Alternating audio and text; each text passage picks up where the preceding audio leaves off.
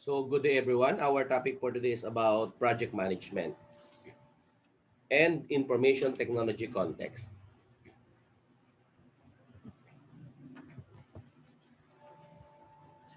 Many of the theories and concepts of project management are not difficult to understand. What is difficult is implementing them in various environments. Project managers must consider many different issues when managing projects. Just as each project is unique, so is each environment. The components involved is understanding the project environment, such as using system approach, understanding organization, managing stakeholders, matching product life cycles to the project environment, understanding of the context of information technology projects, and work breakdown structure.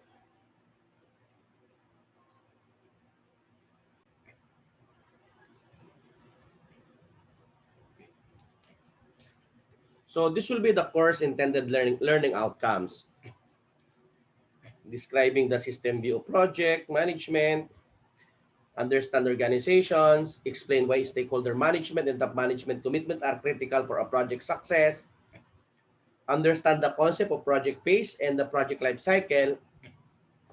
Of course, we will be able to distinguish the project development and product development at the same time and discuss the unique attributes and diverse nature of information technology projects. So, what is a system approach?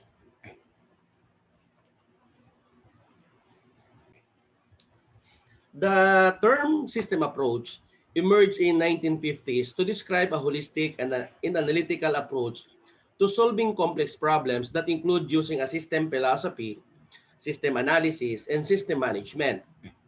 A system philosophy is an overall model for thinking about things as systems. Of course, systems are a set of interacting components working within an environment to fulfill some purpose. So for example, the human body is a system composed of many subsystems. The nervous system, the skeletal system, the circulatory system, and the digestive system, and so on. The system analysis is a problem-solving approach that requires defining the scope of the system, dividing it into each component, and then identifying and evaluating its problem, opportunities, constraints, and needs. Once this is completed, the system analyst then examine alternative solution for improving the current situation, identifies an optimum or at least satisfactory solutions or action plan, and examine that plan against the entire system. The system management addresses the business, technological, and organizational issues associated with creating, maintaining, and making a change to a system.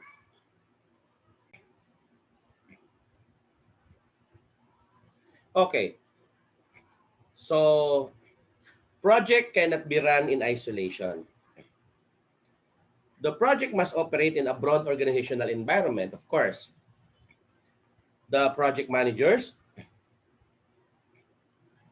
need to use system thinking, taking a holistic view of a project and understanding how it relates to the larger organization. And the senior managers must make sure projects continue to support current business needs. So it must be up to date, specifically when it comes to IT infrastructure, of course, the software availability and everything. So, as what we have here, many information technology professional became captivated with the technology and the day-to-day problem solving involved in working with information system. They tend to become frustrated when many of the people problems or politics involved in most organization.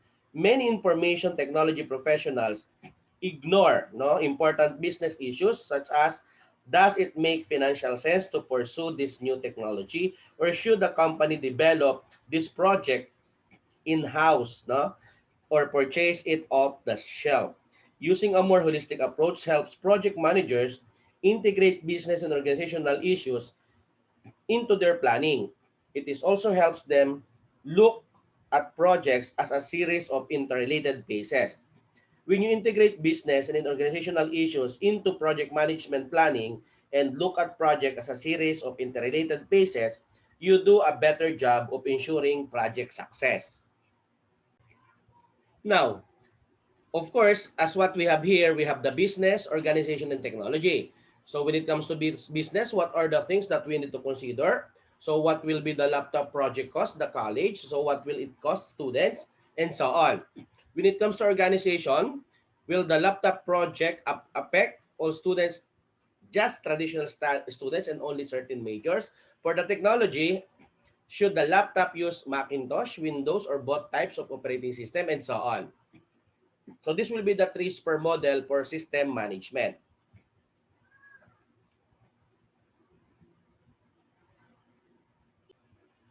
We have the 4 frames of organizations.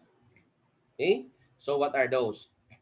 Organizations can be viewed as having 4 different frames: the structural, the human resources, the political, and symbolic.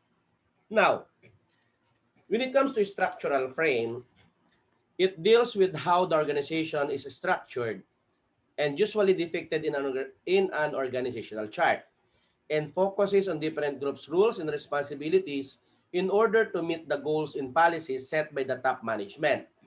This frame is very rational and focuses on coordination and control.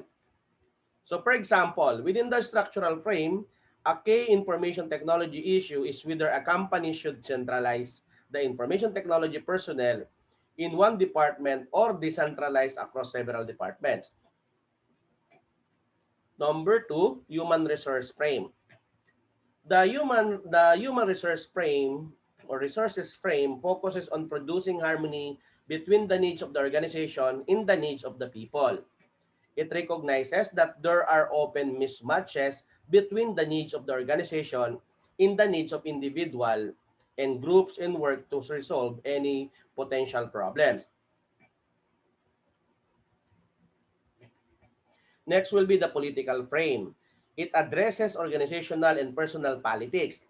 Again, politics and organization take the form of competition among groups or individuals for power and leadership.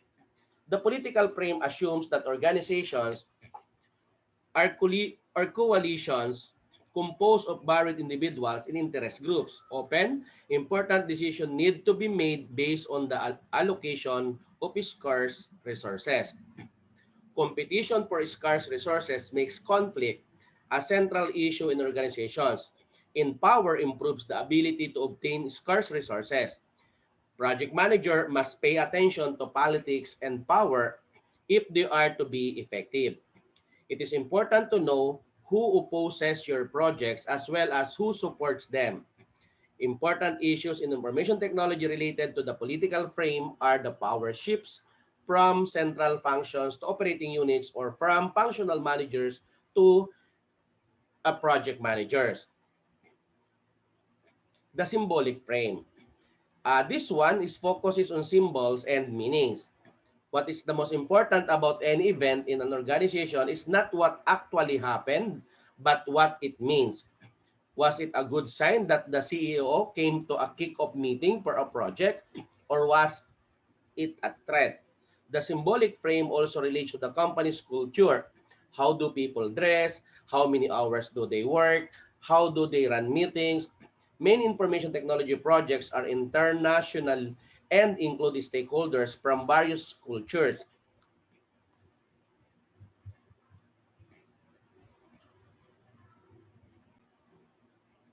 Organizational structure.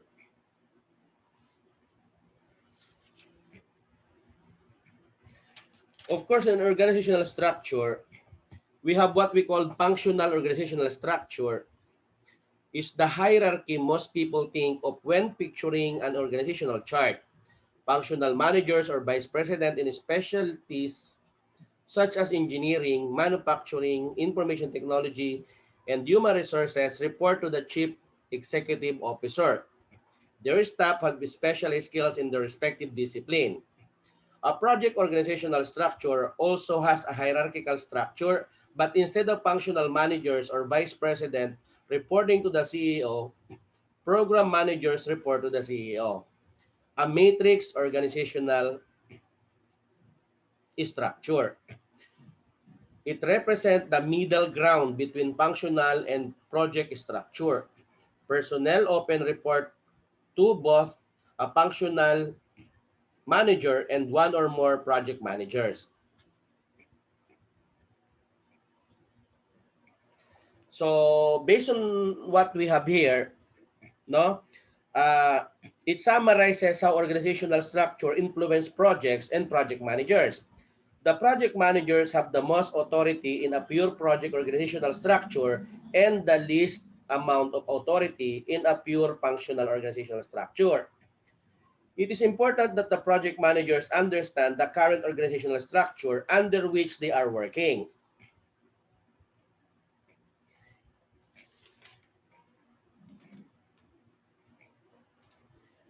So this one, even though project managers have the most authority in the project organizational structure, this type of organization is often inefficient for the company as a whole. Assigning staff full-time to the project often creates underutilization and or misallocation of staff resources.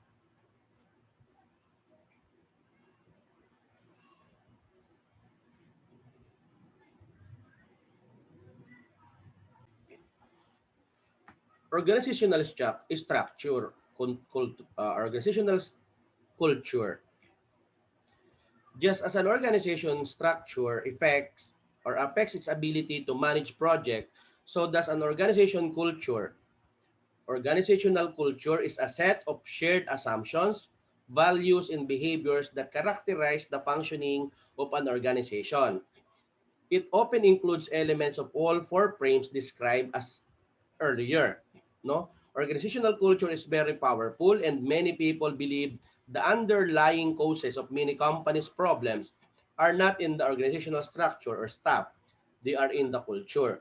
It is also important to note that the same organization can have different subcultures. The information technology department may have a different organizational culture that the finance department. So again, organizational culture is a set of shared assumptions, values, and behaviors that characterize the functioning of an organization. Okay. According to Stephen Robbins, author of a popular textbook on organizational behavior, there are 10 characteristics of organizational culture. Of course, number one is the member identity. The degree to which employees' identity with the organization as a whole rather than with their type of job or profession. Group emphasis, the degree to which work activities are organized around groups or teams rather than individuals. An organizational culture that emphasizes group work is best for managing projects. People focus, the degree to which management decisions take into account the effect of outcomes on people within the organization.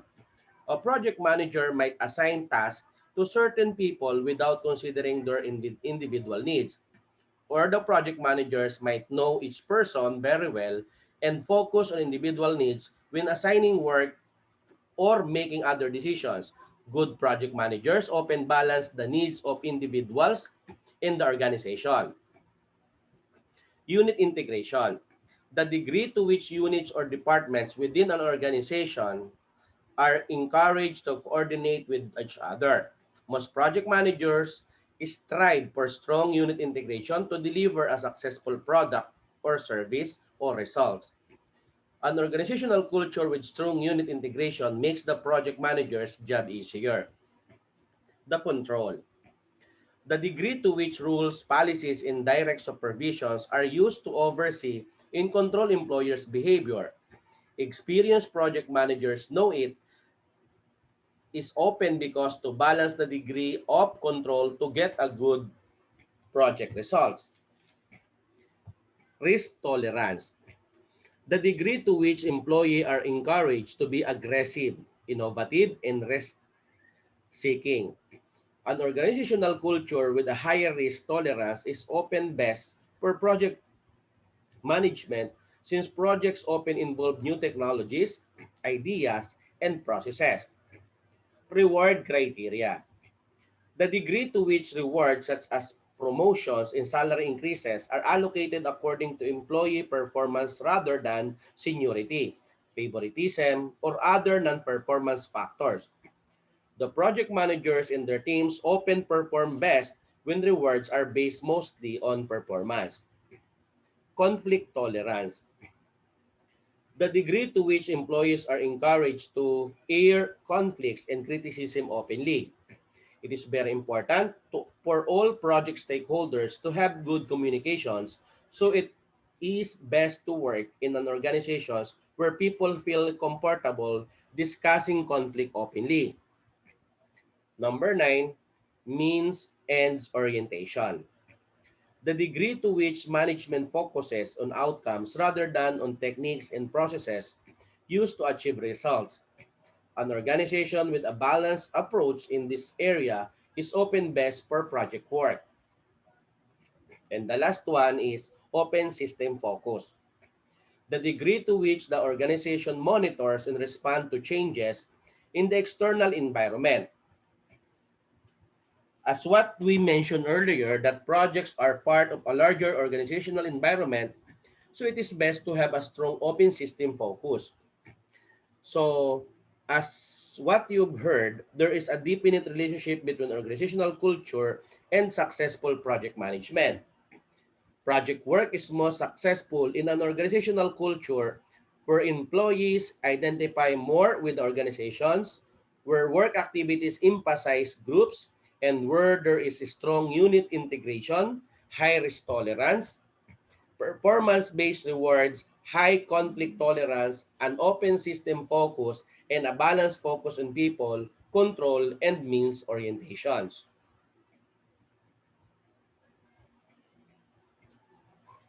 The importance of top management commitment.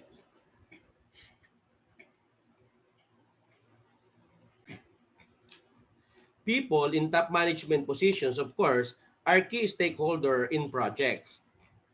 A very important factor in helping project managers successfully lead projects is the level of commitment and support they receive from top management. In fact, without top management commitment, many projects will fail, and some projects have a senior manager called a champion who act as a key proponent for a project.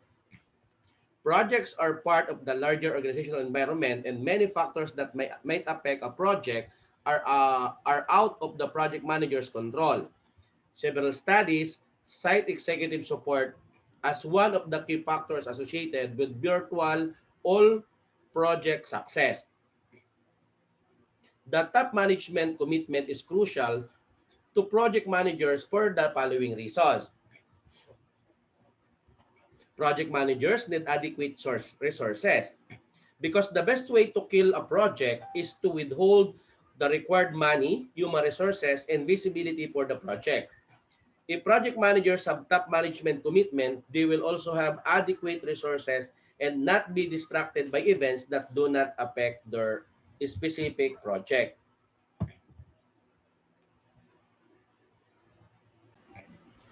The project managers often require approval for unique project needs in a timely manner. The manager must have cooperation from people in other parts of the organization since most IT projects cut across functional areas. Top management must help project managers deal with the political issues that often arise in these types of organization. If certain functional managers are not responding to project managers' requests for necessary information, top management must step in to encourage functional managers to cooperate. Project managers often need someone to mentor and coach them on leadership issues. Many information technology project managers come from technical positions and are inexperienced as managers. Senior managers should take the time to pass on advice on how to be a good leader. They should encourage new project managers to take classes to develop leadership skills and allocate the time and funds for them to do so. Information technology project managers work best in an environment in which top management values information technology. Working in an organization that values good project management and sets standards for its use also helps project managers succeed.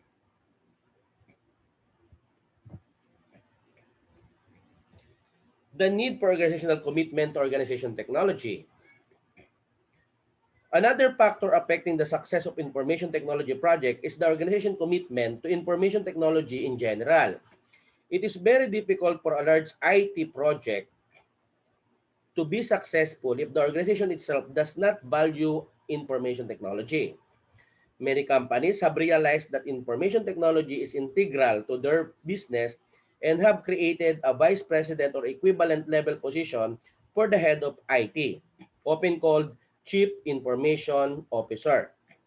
And some companies assign people from non-information technology areas to work on large projects, fulfilled to increase involvement from end users of the systems. And some CEOs even take a strong leadership role in promoting the use of information technology in their organizations.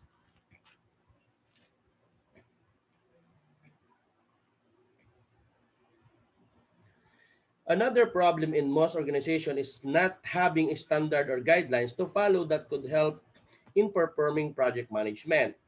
And these standards or guidelines might be as simple as providing standard forms or templates for common project documents. The content of a project management plan and how to provide status information might seem like common sense to senior managers, but many new IT project managers have never created plans or given a non-technical status report. Top management must support the development of these standards in guidelines and encourage to even enforce their use.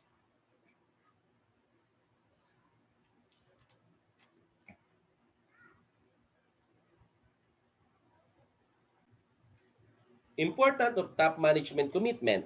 Several studies cite top management commitment as one of the key factors associated with project success. Top management can help project managers to secure adequate resources, get approval for unique project needs in timely manner, receive cooperation from people throughout the organization, and learn how to be a better leaders. Since projects operate as part of a system and involve uncertainty, it is a good practice to divide projects into several phases. A project life cycle is a collection of a project phases. Some organizations specify a set of life cycles for use on all of their projects, while others follow common industry practices based on the types of projects involved. In general, project life cycle defines what work will be performed in each phase, what deliverables will be produced, and when, who is involved in each phase, and how management will control and approve work produced in each phase. A deliverable is a product or service such as a technical report, a training session, a piece of hardware, or a segment of software code produced or provided as part of a project. The project phases vary by project or industry, but some general phases in traditional project management are often called the concept, development, implementation, and close-out phases.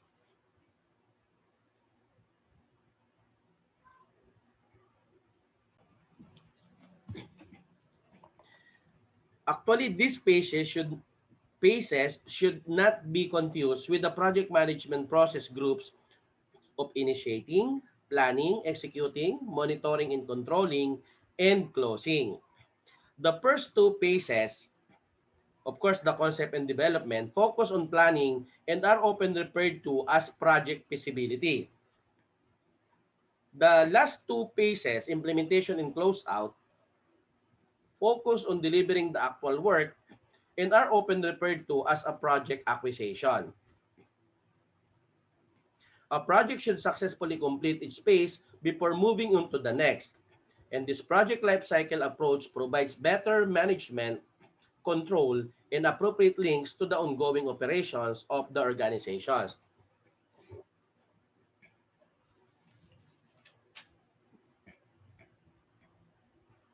So we have here the concept and the development.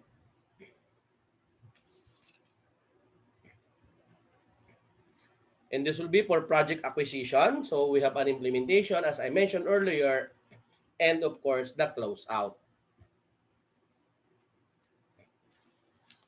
For the project feasibility in project acquisition, many projects, however, do not follow this traditional project life cycle. They still have general phases with some similar characteristics as the traditional project life cycle, but they are much more flexible.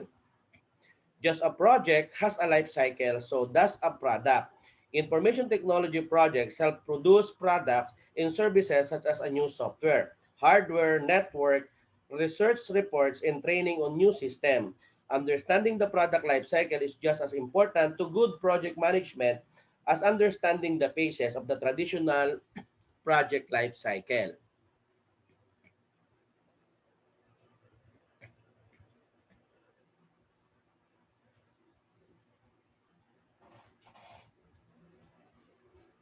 As we defined earlier that the project is a temporary endeavor undertaken to create a unique product, service, or result, and the program is defined as a group of projects managed in a coordinated way. A program often refers to a creation of product like an automobile or a new operating system. Therefore, developing a product often involves many projects. Software development projects are one subset of information technology projects. In general, IT projects involves researching, analyzing, and then purchasing and installing new hardware in software with little or no actual software development required. However, some projects involve minor software modification to enhance existing software or integrate one application with one another. Another projects involve a major amount of software development, and many argue that development software requires managers to modify traditional project management method depending on a particular product's life cycle. A system development life cycle is a framework for describing the phases involved in developing information system. Some popular models of an SDLC include the waterfall model, the spiral model, the incremental build model, the prototyping model, and the rapid application model. The life cycle models are example of predictive life cycle, meaning that the scope of the project can be clearly articulated in a schedule and cost can be accurately predicted. The project team spends a large portion of the project effort attempting to clarify the requirements of the entire system and then producing a design. Users are often unable to see any tangible results in terms of working software for an extended period. Again, some popular models of an SDLC includes the waterfall model, spiral, incremental build model, prototyping model, rapid application development model. So all of them are under system development life cycle.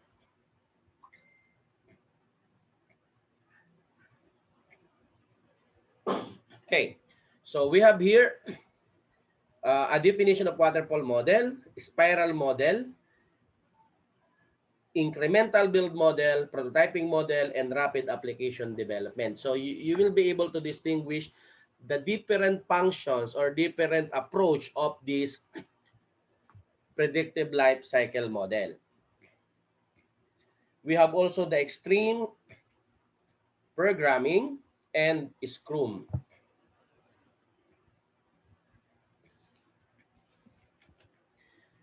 Due to the complexity and importance of many information technology projects and their resulting products, it is important to take time to review the status of a project at its pace.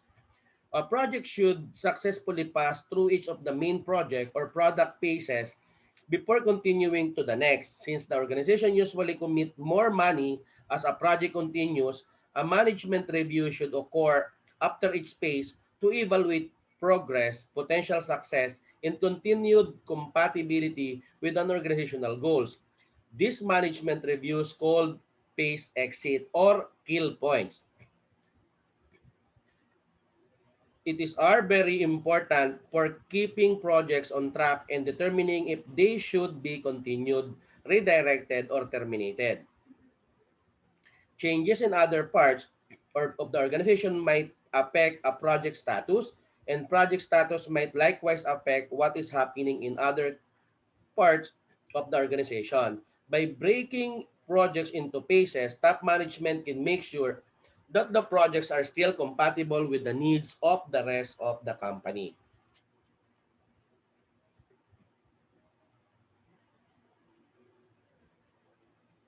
Okay, so if we were going to differentiate the project life cycle and the system development cycle, again, the PLC is pertaining to specific project scope, customer, and time. Typically, phases were of project life cycle may be project scope definition, implementation, user training and support, and others. The PLC phases are as follows: idea generation and screening, research, development, testing, analysis, and introduction. For the system development lifecycle, software scope is pertaining to the specific product development. Typical phases in this scenario is requirement elicitation, no product features, functionalities, no the product development, testing, product commercialization, and product support and maintenance.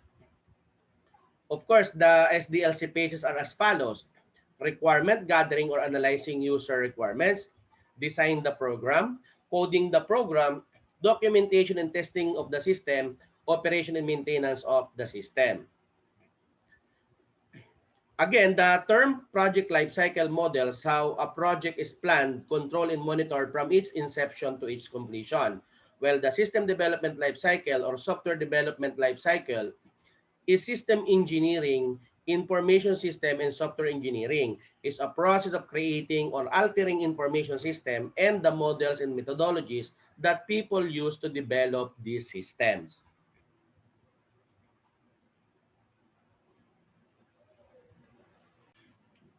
The context of IT projects. So IT projects can be very diverse in terms of size, complexity, product produced, application area, and resource requirements. IT project team members often have diverse backgrounds and skill sets. And the IT project use diverse technologies that change rapidly. Even within one technology area, people must be highly specialized. So thank you very much. This will be the part 1 of our chapter 2 or lesson 2.